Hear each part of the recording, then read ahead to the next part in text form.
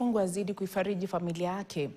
Washukiwa wawili wa Al-Shabaab wameripotiwa kuuawa baada ya gari la maafisa wa usalama kushambuliwa asubuhi ya leo katika eneo la Fafi, kilomita chache kutoka kituo cha Hagadera, kaunti ya Garissa. Kwenye shambulizi hilo la mwendo wa saa 12 asubuhi, mshukiwa mmoja alikamatwa na polisi. Maafisa kadhaa wa polisi wamepata majeraha. Hamza Yusuf anaarifu. Gari la maafisa wa usalama kutoka kituo cha polisi cha Hagadera katika kaunti ya Garissa lilishambuliwa alfajiri ya leo katika eneo la Fafi karibu na kambi ya wakimbizi ya Dadaab. Kwa mujibu wa ripoti za polisi, gari hilo lilikanyaga bomu la kutega ardhini kilomita chache kutoka kituo cha polisi cha Hagadera. Mlipuko huo ulisababisha uharibifu wa gari na maafisa wachache walipata majeraha madogo kabla ya kupewa matibabu.